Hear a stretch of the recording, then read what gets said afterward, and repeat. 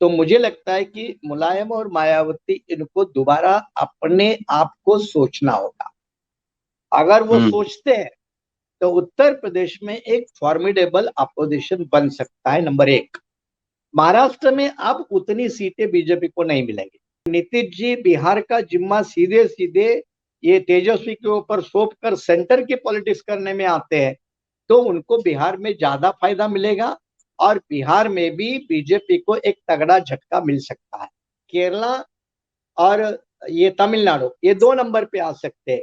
मतलब ये उत्तर प्रदेश, महाराष्ट्र और बिहार के बाद ये सेकंड फेज के लॉट है जो बीजेपी के पक्ष में नहीं जाएंगे। बामसेप का जो निर्माण किया गया, that was unregistered, non political, non religious, non educational, voluntary organisation के रूप में किया था, जो पैटर्न आरएसएस के लेवल का था।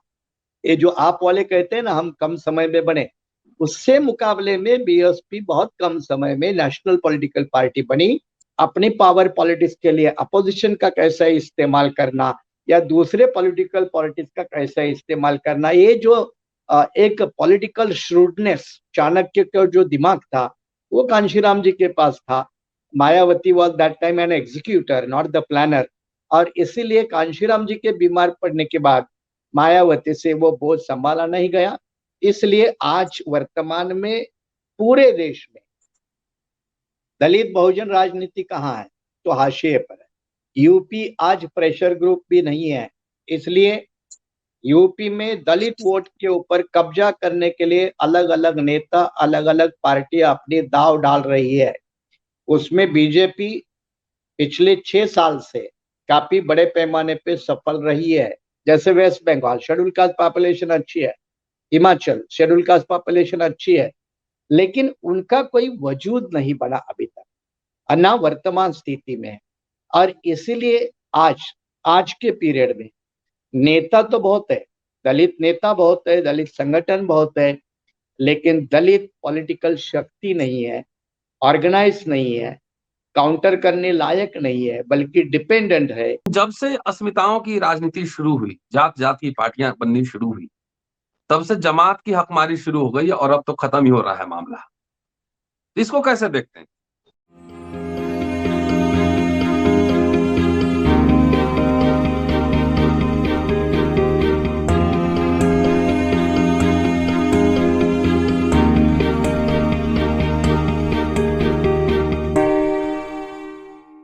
दोस्तों, रतनलाल बोल रहा हूं और आप देख रहे हैं अम्बेडकरनामा। 2023 शुरू हो चुका है। 24 में लोकसभा चुनाव है। दलितों का क्या हो एजेंडा, दलित आंदोलन का क्या है इतिहास, और अभी दलित आंदोलन की क्या है दशा, इन सब पहलुओं को जानने की कोशिश करेंगे इस एपिसोड में। और हमारे साथ जाने माने संविधान विशेषज्ञ प्रोफेसर सुरेश माने मौजूद हैं। जय भीम सर। और संविधान के विशेषज्ञ हैं, पॉलिटिकल आदमी हैं, कांशीराम जी के साथ काम कर चुके हैं, बीएसपी के फॉर्मर जनरल सेक्रेटरी हैं, अभी अपनी पार्टी चलाते हैं, महाराष्ट्र विधानसभा चुनाव लड़े थे।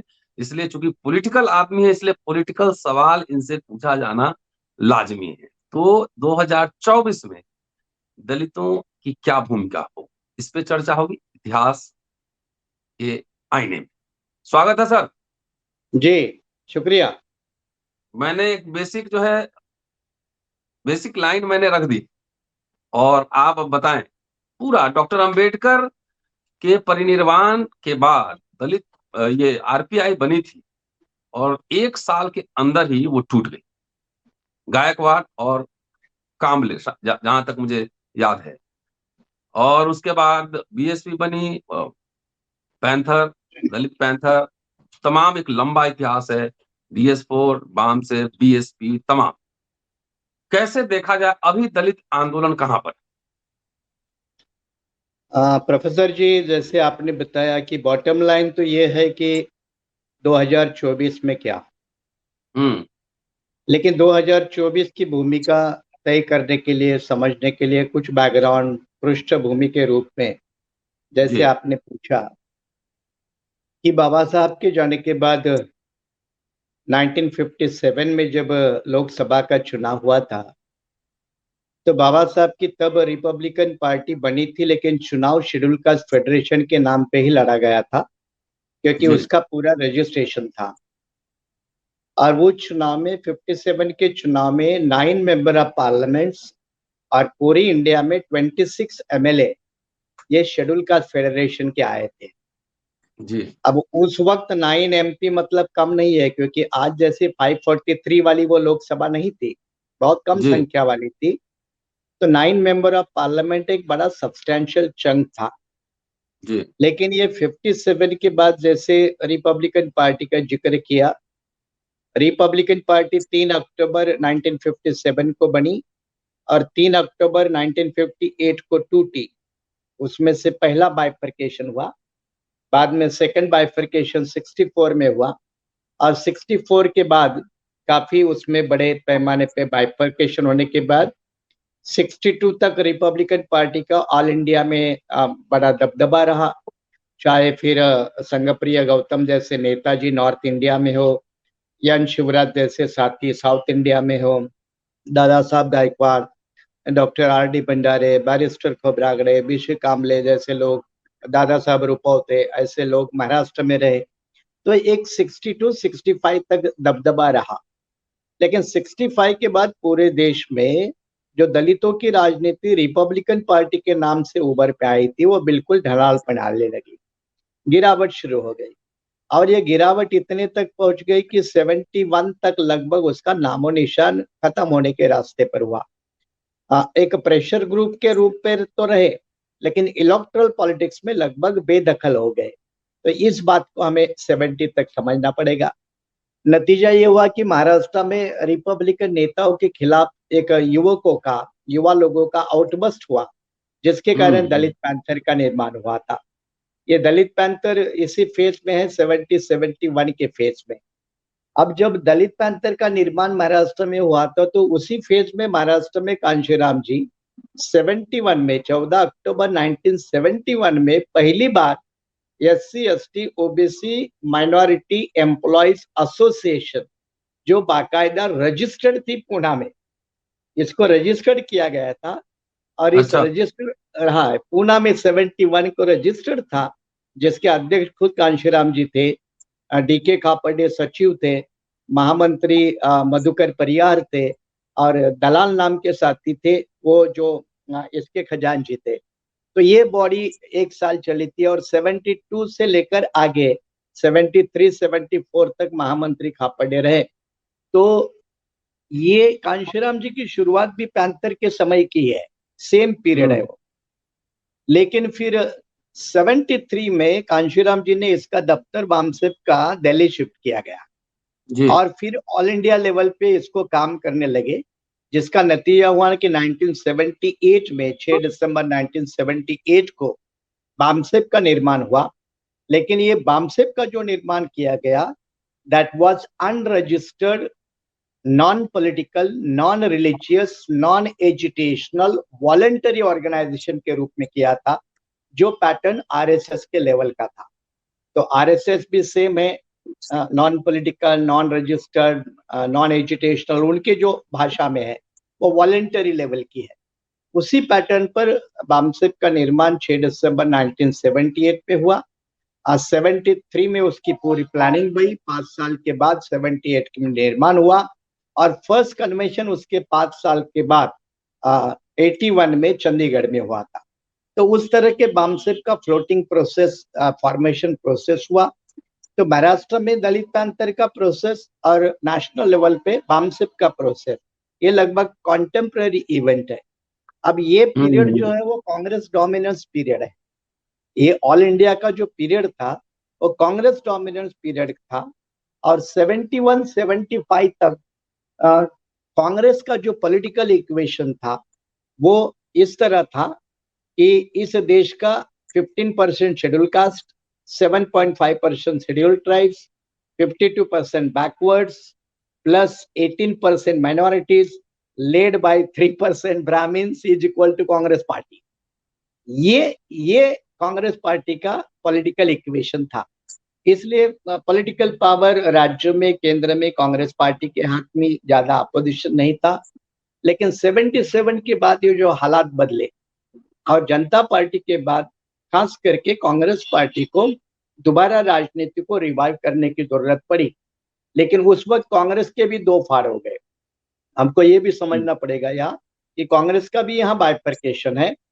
67 के बाद ही वैसे कांग्रेस को आह्वान चैलेंज हुआ था, लेकिन 80 में कांग्रेस पार्टी के बाइफरकेशन है। इंदिरा गांधी का भी सेपरेट होना है, मोरारजी का सेपरेट होना है, कांग्रेस का बाइफरकेशन है।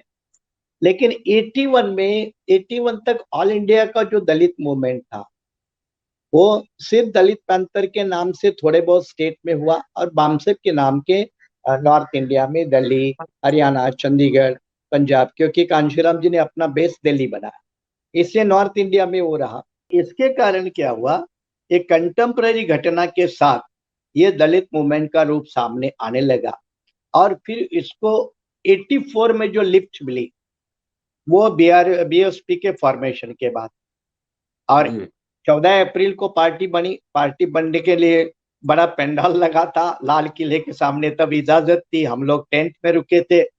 और जब पार्टी बनी तो पेपरों ने कोई छापा नहीं था, लेकिन एक पेपर में छोटी खबर आई थी कि पंजाब का कोई कांशीराम नाम का चमार है, उसने एक अपनी चमारों की पार्टी बनाई है और ये भी पार्टी बाबा साहब के रिपब्लिकन पार्टी जैसे पार्टी बिल्कुल चलेगी नहीं। इस तरह की खबरें आई थी। लेकिन 84 में पार्टी बनने के बाद अप्रैल में बनी और अक्टूबर में यूपी में असेंबली का चुनाव हुआ। 84 का लोकसभा का भी चुनाव अक्टूबर में था। तो लोकसभा में 306 कैंडिडेट खड़े किए थे ऑल इंडिया में उस वक्त पहले समय। लेकिन यूपी में मेजर इम्पैक्ट हुआ था कि मेजर इम्पैक्ट कांग्रेस की कई सारी सीटें गई थी ये फर्स्ट ही चुनाव में, तो वो एक बड़ा इमरजेंस था। फिर 84 से लेकर 89 तक 5 साल कांशीराम की मेहनत के कारण, उनके एक्सपेरिमेंट के कारण बीएसपी ने बड़ा बेस बढ़ाया, जिसका परिणाम ये हुआ कि 89 में पहली बार 3 मेंबर ऑफ पार्लियामेंट चुने गए। उसमें 2 यूपी से रहे और एक पंजाब से रहा। पंजाब से हरभजन सिंह लाखा थे और यूपी से मायावती और एक यादव समाज के हमारे एक एडवोकेट थे, वो 2। तो इस तरह से 3 लोग चुने गए और यूपी विधानसभा में 12 एमएलए आए थे। तो 89 से जो शुरुआत हुई तो 96 में 89 में पार्टी की अकाउंट ओपनिंग हुई और ये रैपिड स्पीड से 96 में बीएसपी ऑल इंडिया लेवल की पार्टी बनी थी। तो मतलब बहुत कम समय में, ये जो आप वाले कहते हैं ना हम कम समय में बने, उससे मुकाबले में बीएसपी बहुत कम समय में नेशनल पॉलिटिकल पार्टी बनी, क्योंकि अकाउंट ओपनिंग है 89 का और 96 में वो नेशनल पॉलिटिकल पार्टी बनी, क्योंकि 4 राज्यों से उनको उस वक्त 4% से ज्यादा वोट मिले, वहां कुछ एमएलए आए। तो ये दौर हिस्टोरिकल रूप में हमें समझना होगा कि ये इमरजेंस रहा पोस्ट अम्बेडकराइट, पोस्ट बाबा साहब अम्बेडकर पीरियड जो है, उसमें ये दलित आंदोलन का राजनीतिक माहौल रहा। उसके बाद क्या हुआ सर? हाँ, लेकिन इसके बाद जो है, इसके बाद जो दूसरी फेज है कि 96 से लेकर लगभग 2012 तक ऑल इंडिया में दलित पॉलिटिक्स की छवि बीएसपी के माध्यम से ही बनी रही। दूसरा कोई भी स्टेट ले लो, जम्मू कश्मीर से लेकर केरल तक या गुजरात से लेकर आसाम नॉर्थ ईस्ट तक, जो भी दलित राजनीति का अस्तित्व रहा वो सिर्फ और सिर्फ बीएसपी के नाम पे रहा और नतीजे भी अच्छे आए थे। बिहार में नतीजे अच्छे थे, पंजाब में थे, हिमाचल में थे, जम्मू कश्मीर जैसे स्टेट में 4-4 एमएलए आए थे, उत्तराखंड यूपी में तो पूर्ण बहुमत सरकार बनी थी, मध्य प्रदेश गढ़ बना था, महाराष्ट्र में भी लगभग 4-4.5% से वोट बैंक क्रॉस किए थे। तो एक माहौल अच्छा बना था जो कांशीराम जी के बीमार पड़ने के बाद मायावती से संभल नहीं गया, क्योंकि कांशीराम जी एक धुरंधर रणनीतिकार थे, ग्रासरूट ओरिएंटेड पॉलिटिशियंस थे, आइवरी टावर की पॉलिटिक्स नहीं करते थे, जमीन की राजनीति करते थे। असली मायने में पिछड़ों के नेताओं की जो बुनियादी जरूरत है कि वो जमीन से राजनीति करे, वो कांशीराम जी का मूलभूत फंडा था। और he was well design, well plan, strategist होने के कारण अपोजिशन को कैसे तोड़ना, अपने को खुद को कैसे मजबूत करना, अपनी पावर पॉलिटिक्स के लिए अपोजिशन का कैसा इस्तेमाल करना, या दूसरे पॉलिटिकल पॉलिटिक्स का कैसा इस्तेमाल करना, ये जो एक पॉलिटिकल श्रूडनेस, चाणक्य का जो दिमाग था, वो कांशीराम जी के पास था। Mayawati was that time an executor, not the planner. और इसीलिए कांशीराम जी के बीमार पड़ने के बाद मायावती से वो बोझ संभाला नहीं गया। इसलिए आज वर्तमान में पूरे देश में दलित बहुजन राजनीति कहाँ है, तो हाशिए पर है। महाराष्ट्र में दलित पॉलिटिक्स प्रेशर ग्रुप में रूम में काम करता है, प्रेशर ग्रुप में। ये कोई निर्णायक शक्ति नहीं है, प्रेशर ग्रुप की शक्ति है। लेकिन महाराष्ट्र अगर छोड़ दे तो यूपी आज प्रेशर ग्रुप भी नहीं है।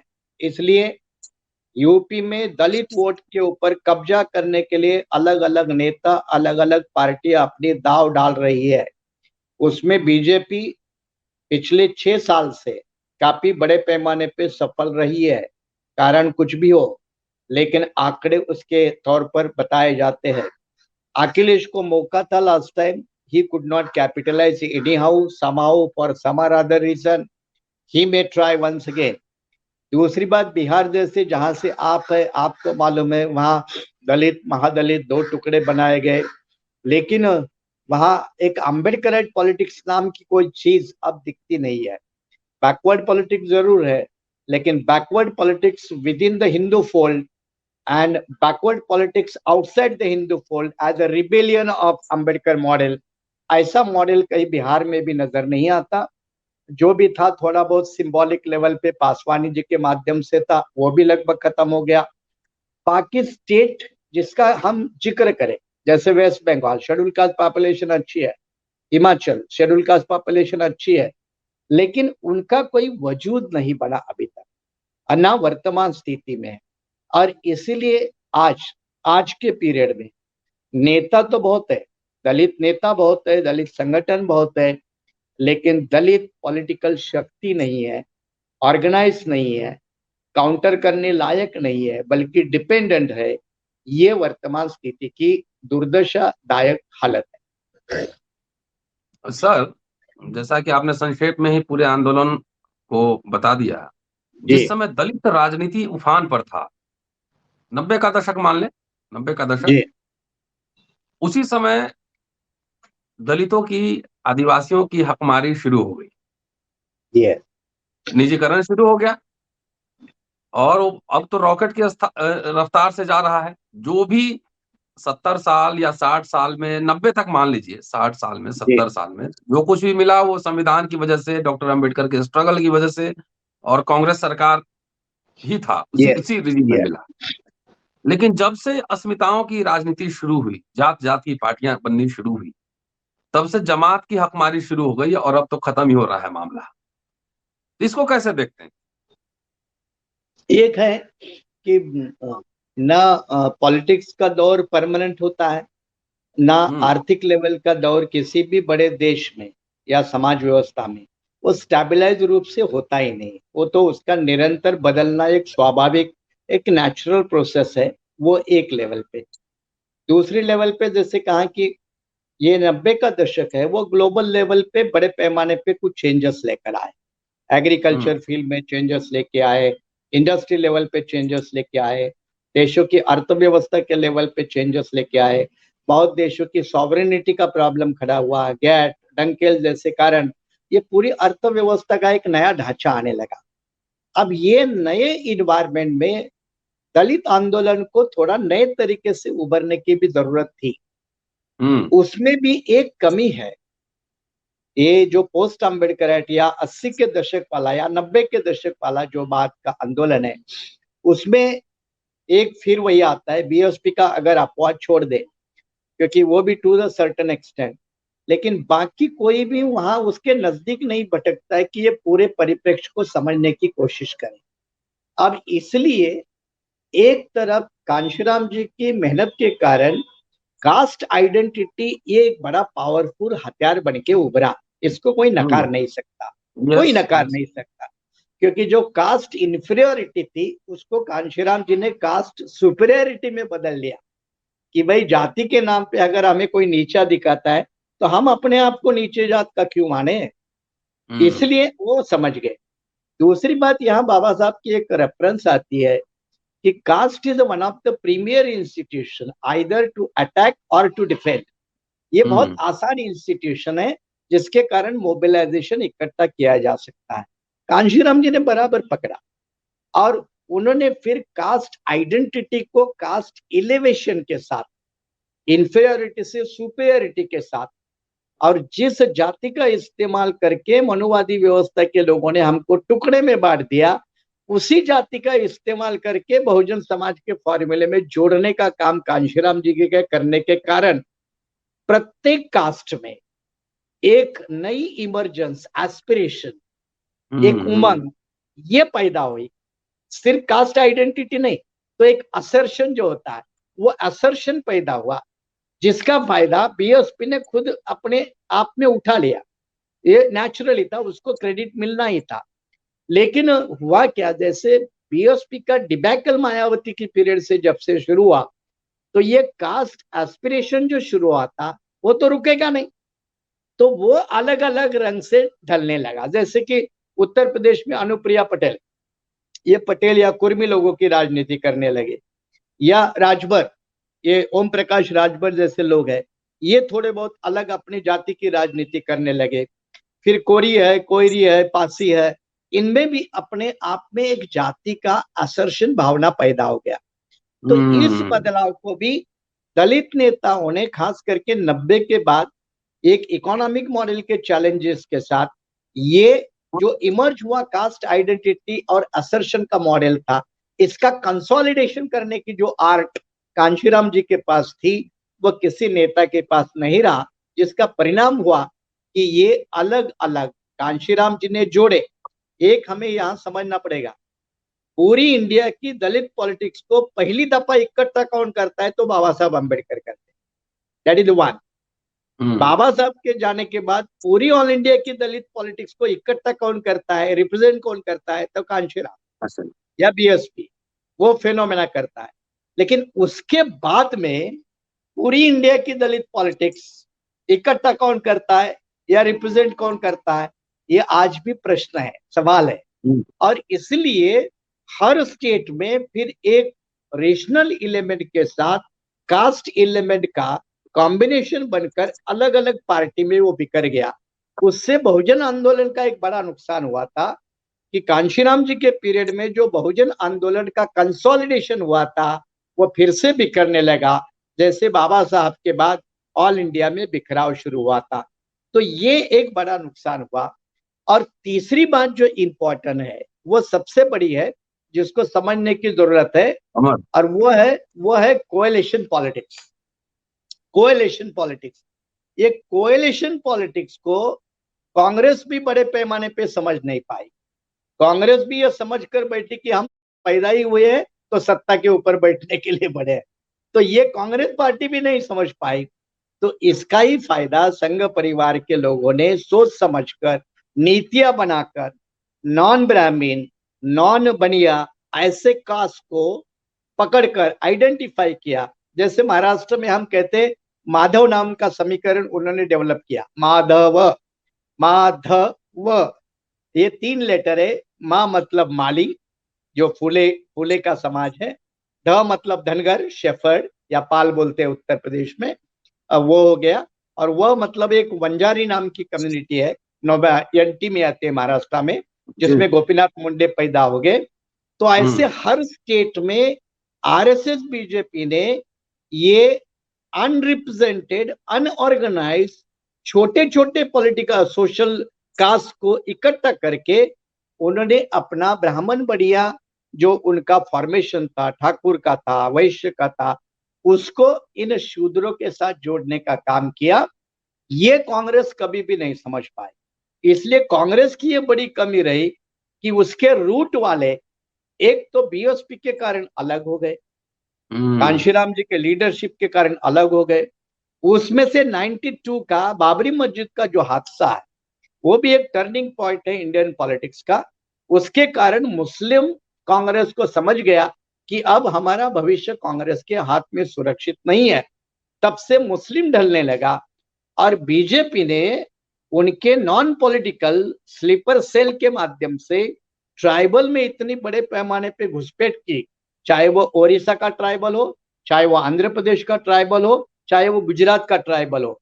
ये नॉर्थ ईस्ट का ट्राइबल अलग है, लेकिन ये जो इंडिया के मेन हार्टलैंड के जो ट्राइबल है, उसमें बीजेपी ने बड़ा इंट्रोड किया। फिर उसको और एक फायदा मिला, बीजेपी ने हिंदुत्व की राजनीति शुरू की और ये अपने देश का चाहे ट्राइबल हो, चाहे शेड्यूल कास्ट हो, चाहे ओबीसी हो, चाहे और कुछ छोटी मोटी जातियां हो, वो हिंदुत्व के नाम पर बीजेपी के पीछे गोलमंद होने लगी। फिर राम मंदिर का उन्होंने एडिशन किया तो और एक प्लस फैक्टर हुआ, और अभी उन्होंने हिंदुत्व के साथ राष्ट्रवाद को जोड़कर एक नया समीकरण जो बड़े पैमाने पर कांग्रेस को तोड़ना मुश्किल हो गया है।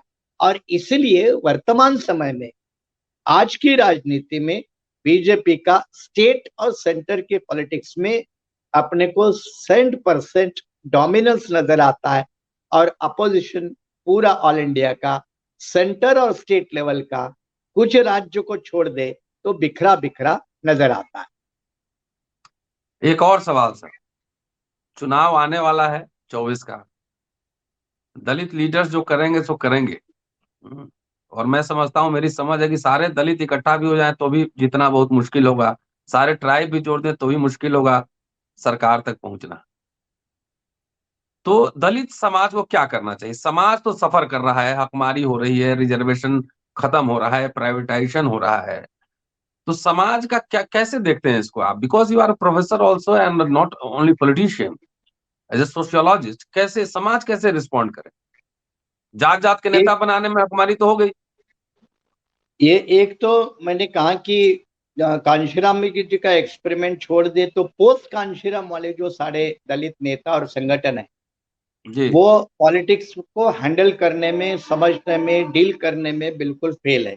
नंबर एक, मतलब महाराष्ट्र का प्रकाश अंबेडकर से लेकर आप नॉर्थ के कोई भी लीडर हो, या उत्तर प्रदेश के 3 मेंबर ऑफ पार्लियामेंट जो मिनिस्ट्री में बैठे मोदी जी के, वो लोग, चाहे बघेल हो या और कोई हो, ये सारे लोग इसको समझने में सक्षम भी नहीं है, इनके पास चाहत भी नहीं है और कैपेसिटी भी नहीं है। इसलिए दलित राजनीति की हालत है। अब आपने जो पूछा कि इस हालत में हम करें क्या, तो इसको ऑल इंडिया में एक बड़ी तस्वीर बनाना थोड़ा मुश्किल लगता है। अगर तस्वीर बनानी है तो उसका आसान कहां से होगा? तो जब हम राज्यों की तस्वीर बनाएंगे तो ये आसान होगा। राज्यों की एक बड़ी तस्वीर उभरेगी तो फिर हमें समझ में आएगा।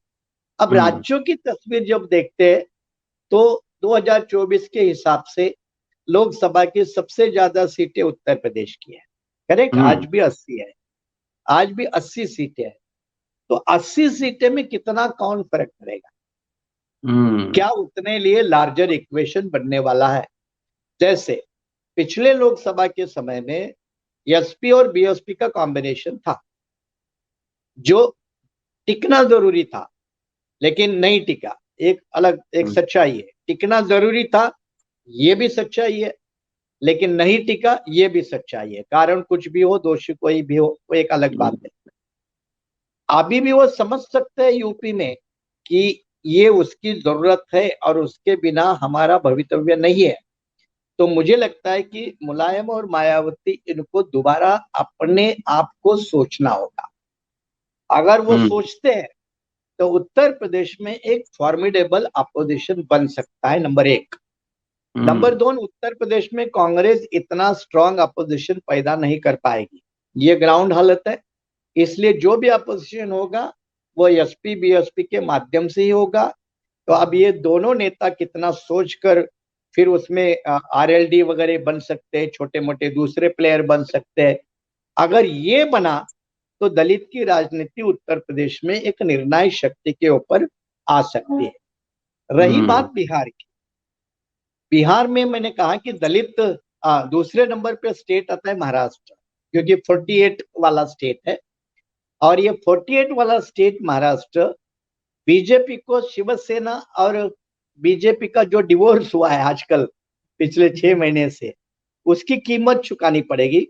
इसलिए लास्ट टाइम बीजेपी की 23 सीटें और शिवसेना की 18 सीटें थी। लगभग 40 से ऊपर, नहीं, 48 में से 47 सीटें इनके पास है। सिर्फ एक सीट कांग्रेस के पास है, एक सीट है, और 6 सीटें एनसीपी के पास है। तो 40-42 सीटें बीजेपी के पास है। महाराष्ट्र में अब उतनी सीटें बीजेपी को नहीं मिलेंगी, तो महाराष्ट्र अपने आप बीजेपी को डाउन करने वाला है, ये सच्चाई है। अब वो कितनी होती है, 10 भी हो गई तो बड़ी बात है, और उतनी होने का खतरा है महाराष्ट्र में बीजेपी के लिए। इसलिए BJP is concentrating on many seats in Maharashtra. तीसरी बात आता है बिहार। बिहार में नीतीश जी का और तेजस्वी का जो इक्वेशन बन रहा है, that is a one welcome sign, welcome sign.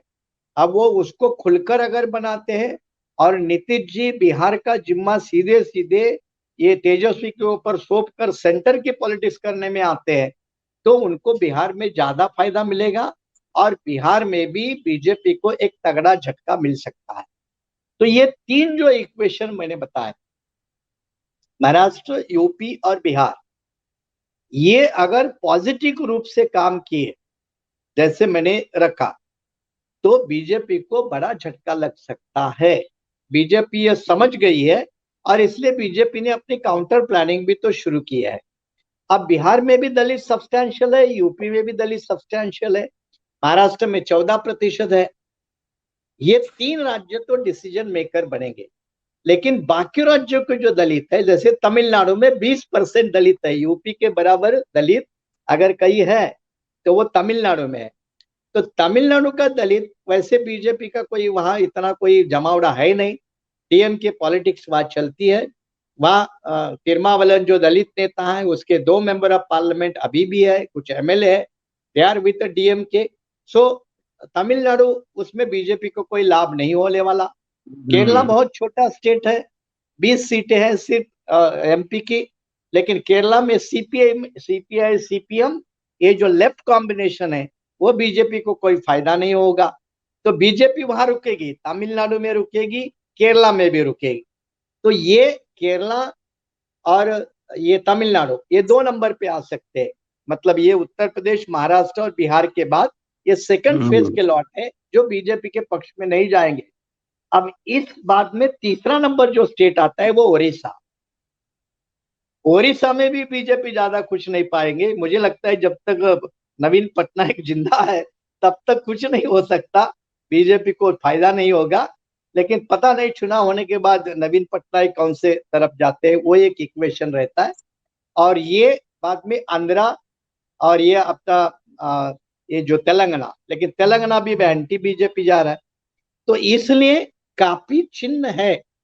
अब देखो कांग्रेस की क्या गलतियां हो रही है ये समझे आप।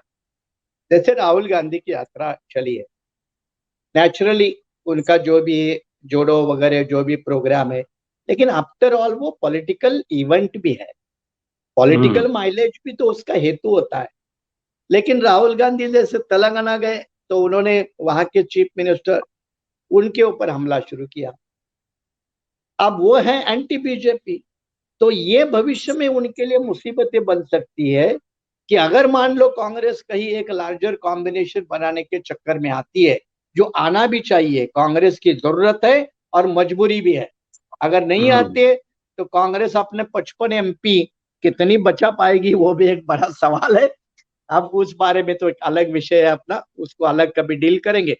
लेकिन एक लार्जर कोएलिशन जो बनाने की बात है, उसमें आज भी मौका है। 1.5 साल बाकी है, अभी भी साल 1.5 साल बाकी है, काफी समय है।